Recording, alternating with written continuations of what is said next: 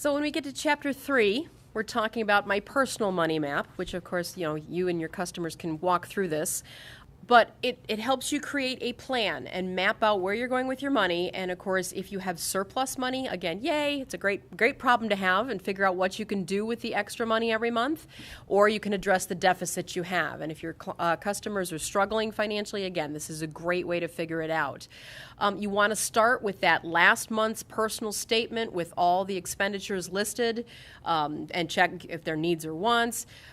You want to look ahead then and plan for future spending. And I know that, again, this screenshot probably is a little hard to see for those of you participating or looking at it on the screen remotely, but it's in the book on page 21, if the book is still correct.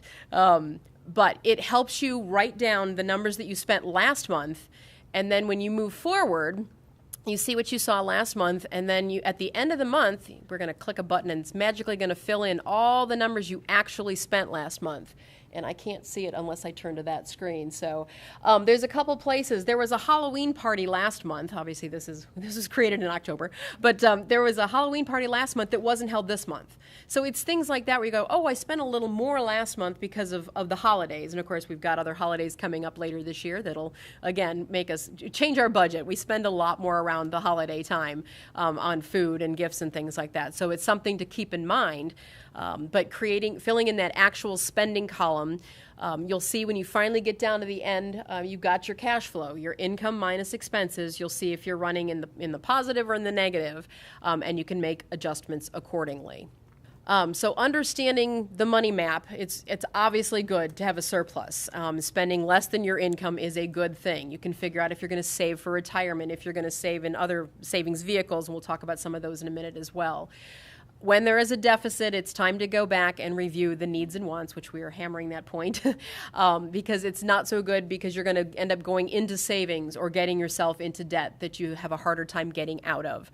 So it's good to commit to your money map. And the good thing is when you find you have a deficit, that's why we call it a money map. If you veer off course a little bit, you still got the map to get back on track. You're not completely off the wagon like before when we talked about being on a diet. You're not just off. You can stay on the map and just, okay, you slightly veered off course, but okay, now I can get back on. So trying to figure out the way to fix the deficits is a really great thing to do.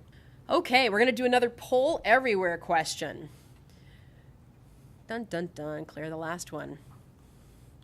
So do you think, in talking through this, is this something, and again, people understand budgeting sort of intuitively, but to sit down and actually do a budget is an exercise in, oh yeah, I remember how to do that. Do you think this will help your customers?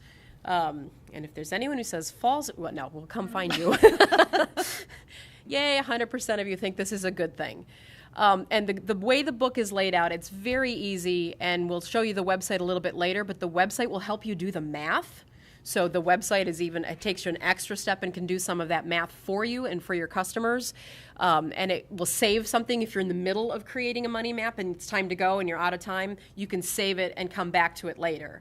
So the website is a really great thing that way.